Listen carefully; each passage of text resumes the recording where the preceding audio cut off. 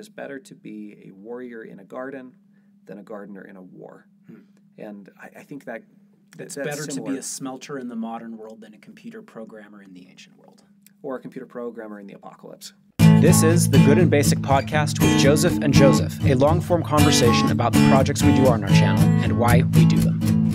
So we want to welcome you all to the first published edition of the Good and Basic podcast, tentatively subtitled Better and More Complex. Better and More Complex. And the reason for that sort of tongue-in-cheek subtitle is that the podcast is an opportunity for us to go a little bit more in depth about all the projects we're doing, about the videos we've published, and about the ideas that we're putting forward.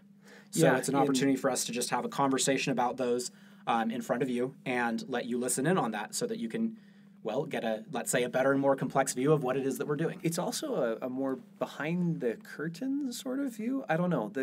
We were talking earlier about the podcasting format, and there are some differences between that and the way videos are put together. With videos, you can splice together lots of clips in such a way that you show more of a completed project. And the nature of a podcast being a conversation, it lets you see more of an exploratory conversation, more or less centered around the particular topic. Yeah, in short, we get to ramble a little more with a good excuse for doing it. Yes. Welcome to both of us. Yes. Yes. So, okay, all right. So what we wanted to talk about today was a video that we recently published. If you haven't seen it, we invite you to go check it out. We did a smelt with Cody from Cody's lab. It was a successful smelt. It was. We got iron. Which is not true for all of our smelts. And so, no. So this is good. This is good. By way of clarification, this is smelt number 8, if I'm keeping track correctly. Over 6 years. Over 6 years. 6 years. So 6 years, 8 smelts. 6 years, 8 smelts. And we've calculated it out and decided that each of those smelts, including the prep, the collecting the ore, sometimes making charcoal, sometimes just buying it from a store, prepping the furnace, doing the smelt itself, burning it down, and then processing the bloom afterwards for those times that we did have a bloom. We've calculated that out, and we've said roughly 180 hours. 180 hours for 8 smelts. Yep, and in terms of yield, how much iron we've gotten out of that appears to be 2 small iron bars. We're talking something about 4 inches wide by about a ½ inch in cross-section. But still, not everybody does that, right? So we're laughing at ourselves just a little bit, but we're also, really happy and excited about that. That's great. Yeah. Right. So we thought we'd take an opportunity today to talk a little bit about the process of smelting itself, and then also a little bit about our experiences with smelting over these last 6 years, and then a little bit about gratitude and some other things that we learned from this smelting process, right? What's the takeaway from all this? Why was it good to go so basic with iron? Exactly. What's the moral of the story here, guys? Absolutely. Okay, so let's jump in. Shall we do the smelting overview process first? Does that sound good? I think that sounds great. Okay, so smelting. Tell us about smelting and what is this process? How does it work? So smelting is not the same thing as melting. Let's get that out of the way to begin with. Smelting is the process of making usable metal. It's refining the metal out of something called ore, which basically means rocks/dirt that have a high percentage of the atoms that you would need to make the metal from, but they're currently occupied. They're doing other things. Generally, you find either oxides or sulfides. Those are the 2 most common types of ore. And iron oxide is rust. So you basically find rusty rock/rusty dirt, and then you, through a process of chemistry and alchemy and magic and a little bit of hoping and praying, you manage to turn this stuff into usable metal. It is amazing. You go and you take rocks and you turn them into metal, which in a historical context is what you make your tools with. It's what you make your weapons with. It's how you live. I mean, we've talked about this a little bit, but we're using a microphone stand here in this studio that's made of steel. We're in a building that the frame is made of steel. If you look around yourself right now, you will find steel everywhere. And you were mentioning, we did a presentation at the Maker Fair at Thanksgiving Point in Utah last year, where we talked about some of our smelting adventures, and it was so funny. I held up this tiny bar of iron, maybe this 4 inches wide bar of iron. And then if you looked up, the frame of the giant pavilion we were standing in was entirely made out of these giant steel beams running across. Yeah. Right, this little bar that we had slaved over for hours. Right? Yes. Compared to, huge steel girders. There's a quantity difference and there is a quality difference. Okay, so why don't you tell us a little bit about the chemical process, right? This would be really helpful, right? So, so we've got our dirt. We're going to turn it into metal. Yes. What's the chemical process by which that takes place? Well, the key ingredient that makes that work is carbon monoxide. And you need a detector in your home to protect you from carbon monoxide because it's incredibly dangerous. And the reason why it's dangerous is because carbon monoxide desperately wants to be carbon dioxide. Monoxide means one carbon atom attached to one oxygen atom. Okay. And carbon dioxide, which is what you breathe out, is two oxygen atoms connected to one carbon atom. And so it doesn't have a full set. It wants that extra oxygen atom. And it will do crazy things to get it, including latching onto the molecules of your red blood cells and making your blood useless. Which is what happens if you breathe in carbon monoxide. It does. It latches onto your red blood cells and it won't let go until they're scrapped for parts. Yeah. And so, it's incredibly dangerous stuff. But what it can also do is, in the confined environment of a furnace, is it can latch onto the oxygen part of a rust molecule. Okay. Rust being iron connected to some oxygen atoms. And it will rip off those oxygen atoms violently, leaving behind little tiny particles of pure iron floating down in the furnace.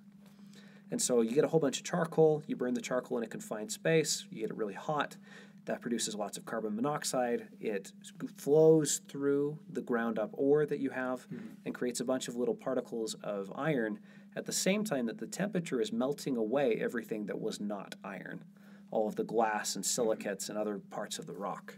Okay, so if I've got this straight, I'm putting in ore. Okay. Some of the hydrogen and oxygen goes off as steam from yes. the heat. Okay. And then what's left is some more oxygen, some iron, and then a bunch of glass, basically. Yes. Okay, then the glass melts down and goes down. And then we've got iron and oxygen that's filtering down through this furnace, bonded together, right? And then the carbon monoxide, as it goes down through the furnace, is stripping these oxygen atoms off of the iron, leaving pure elemental iron atoms. Yes. Right? That then hopefully also are getting encased in a little bit of this slag as it drips down. Yes. To protect it. And then at the bottom, what you have is you have the bloom, which is a bunch of there will be some slag in there, but it's a bunch of elemental iron mixed together with slag. And it's this nasty kind of sponge shape. The weird thing about a smelt for iron is that it doesn't produce anything shiny. The resulting mass, the thing that you get if you did it right, is a lump that looks like black coral. It's got little bits of charcoal stuck in it. It's got a whole bunch of glass stuck to it. It's probably stuck to the furnace wall and has some clay stuck to it.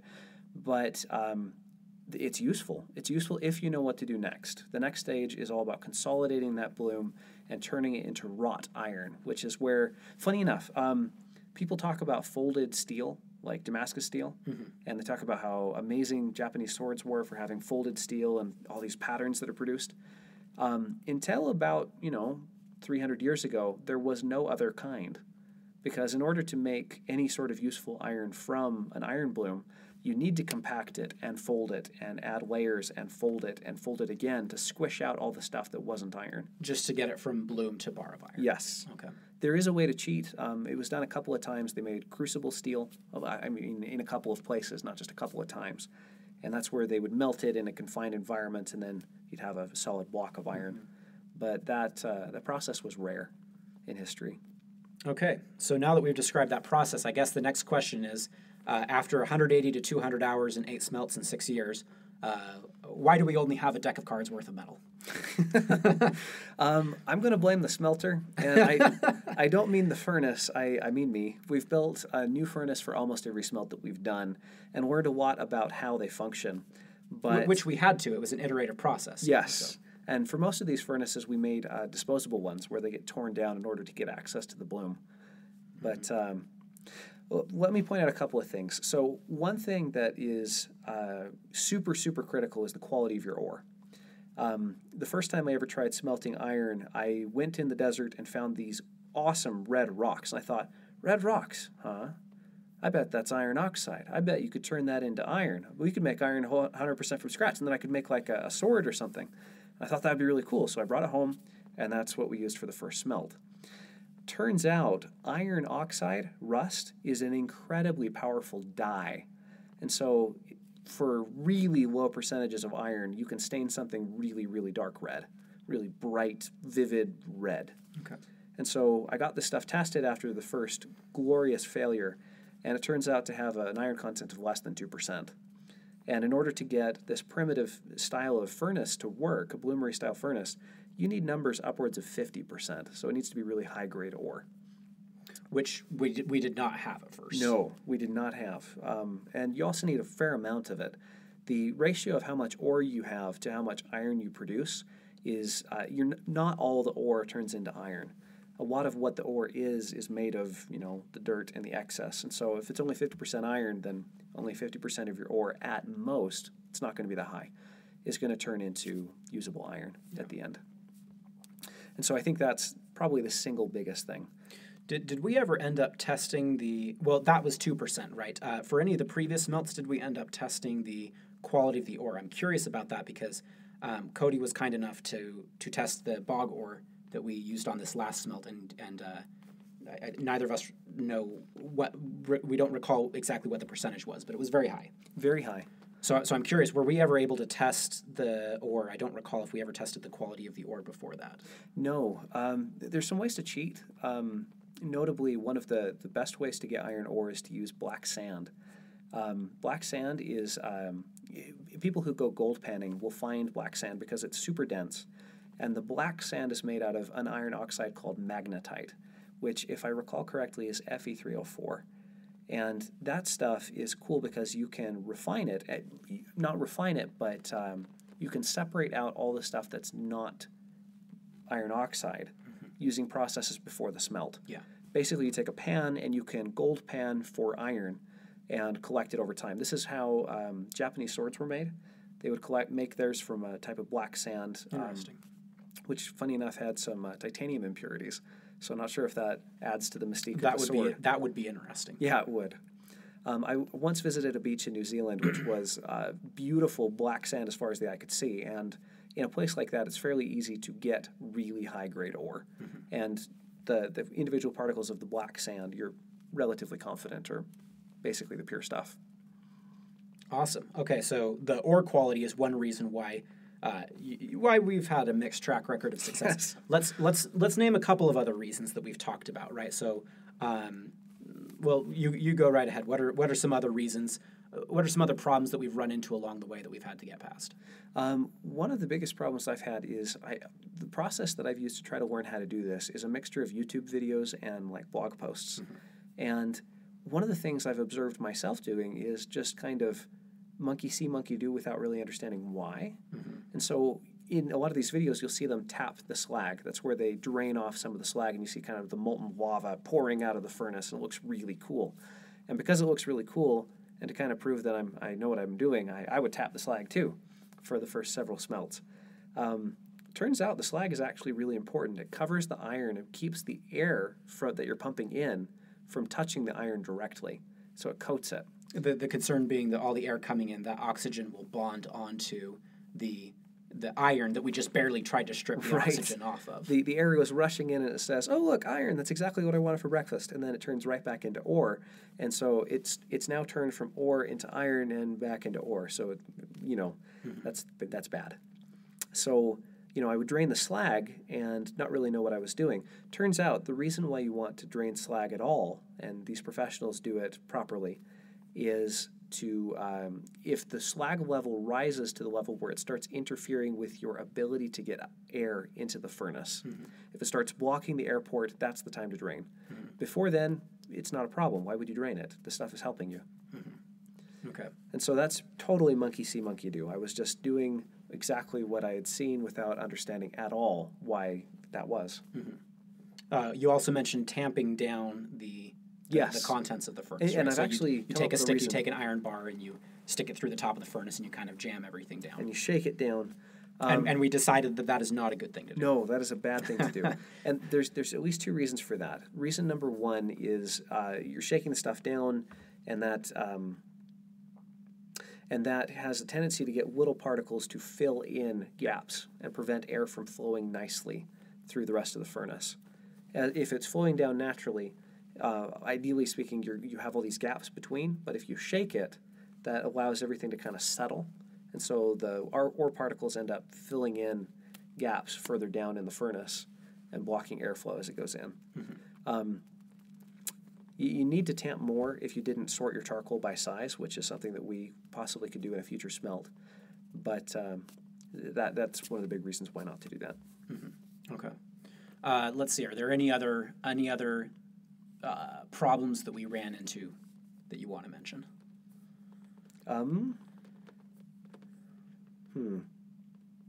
You know, in order to know exactly what they were, I mean, then I would know how to fix them. And so I have the problem here of not knowing exactly how ignorant I am. Clearly, if some of you listening are blacksmiths and have done this before, then leave your comments below. Leave your comments on Twitter @/goodandbasic, @goodandbasic, and you will be able to find us and tell us exactly what went wrong. Always eager to learn. Okay, so this is good. Right now, I'm curious a little bit. So there's the mechanical process, right? We've described the chemistry. We've described a few of the roadblocks that we ran into.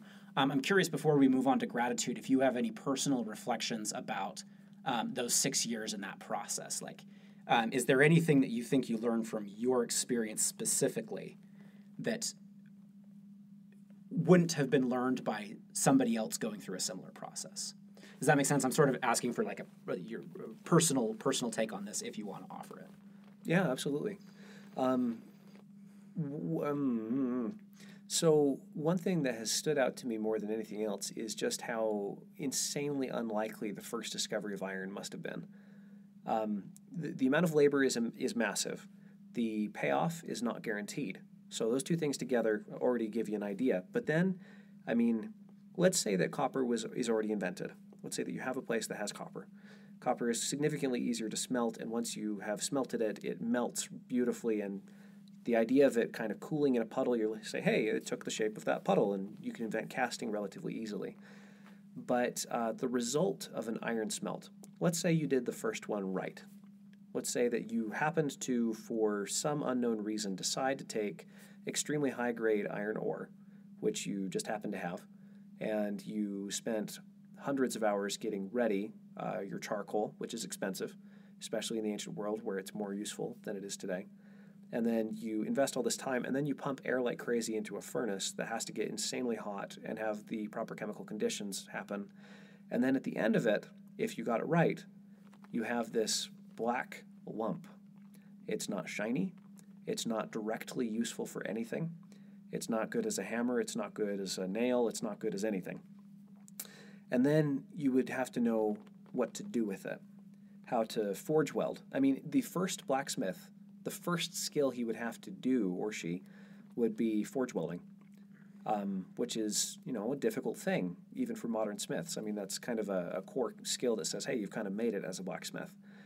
And then if you've managed to pull all that off, I mean, now you can start to make iron tools. Mm-hmm. And so the insane unlikeliness of the whole process makes me believe that the process had to have been inspired.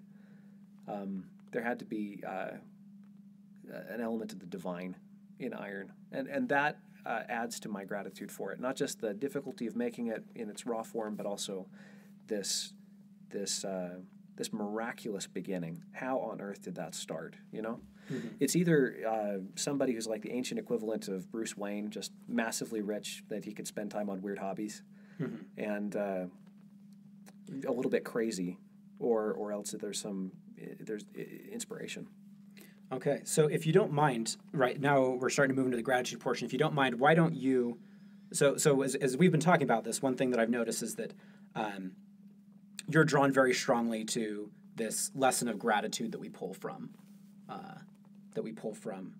this experience of smelting. Yes.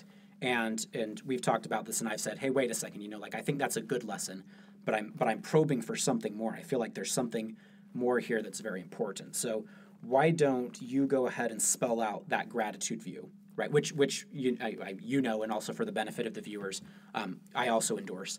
But why don't you go ahead and spell out that gratitude aspect of things in a little bit greater detail? Absolutely. Right, and then I'll tackle the thoughts that I had as we were discussing this. So, is that good? Yeah, absolutely. Awesome. Okay. So one of the reasons why you would do something as primitive as this is to gain perspective.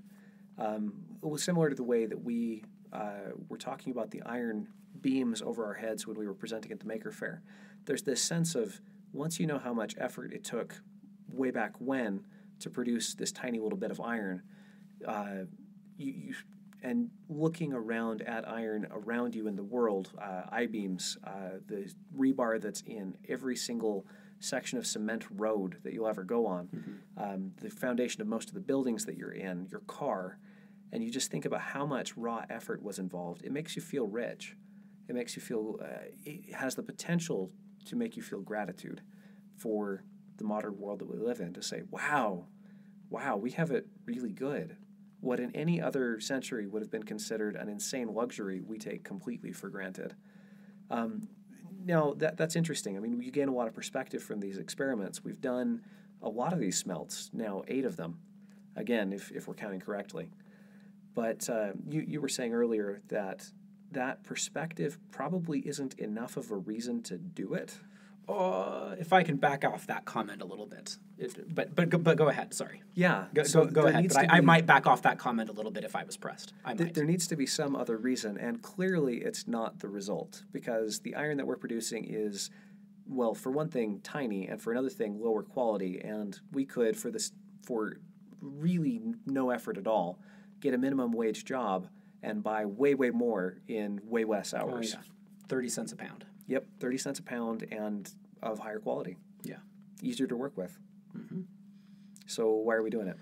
Well, is this where I get to unleash my crushing morosity and cynicism? Absolutely, please do. Okay. Well, and actually, before we tackle that, do you mind talking a little bit about the sort of self-reliance aspect of things too? Oh, absolutely. Right. That was another thing you mentioned, that this is one of your personal motivations for doing this. That's actually the core that got me started in the whole process. When I was about 19 or 20, I added to my bucket list that I wanted to make a sword 100% from scratch, like Smelting from the mountainside. Only 1,500 more hours to go. I might settle for a very short sword. Maybe a letter opener, really. Call it Sting. But in any case, I had this kind of insane ambition, and I still do. And part of the reason for that is I am irritated by things that I have to use, that I am dependent on, that I can't make or do myself. It's all about being capable of doing without. So, gosh, I need to spell that thought out a little bit more. Anything that I'm dependent on, if taken away from me, causes me to fail. And so I feel that fragility. Okay. And I don't like feeling fragile. I want to feel like, I'm a master of my own destiny. And that's always on a spectrum. I mean, I can't do without air, and that's never going to go away, or food, or water, or a lot of other things. But if I can reduce that list, that makes me feel pretty good. And so the idea of being able to make iron from scratch sets me up for the zombie apocalypse. If we ever run out of the factories and they stop working, then, I will be one of the people who still knows how to make iron from scratch and make useful tools from it. So that's part of my ambition. And I think that's a valuable thing, even if I never use it after learning how. Okay. There's a to have the ability to do it. To have the capacity. Okay. Capacity is kind of the key word there. All right. I don't know if it's worth mentioning, but there's this quote in the martial arts where there's a student talking to a master, and he says, "You're always talking about peace, and yet you're teaching us warlike skills. Why is that?"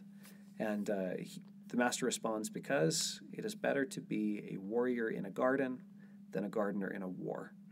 And I think it's better similar. To be a smelter in the modern world than a computer programmer in the ancient world. Or a computer programmer in the apocalypse. Exactly. That would be the nutshell version. It's even if you never use the skill, it retains value, kind of maybe for a what-if scenario, even if the what-if scenario never happens.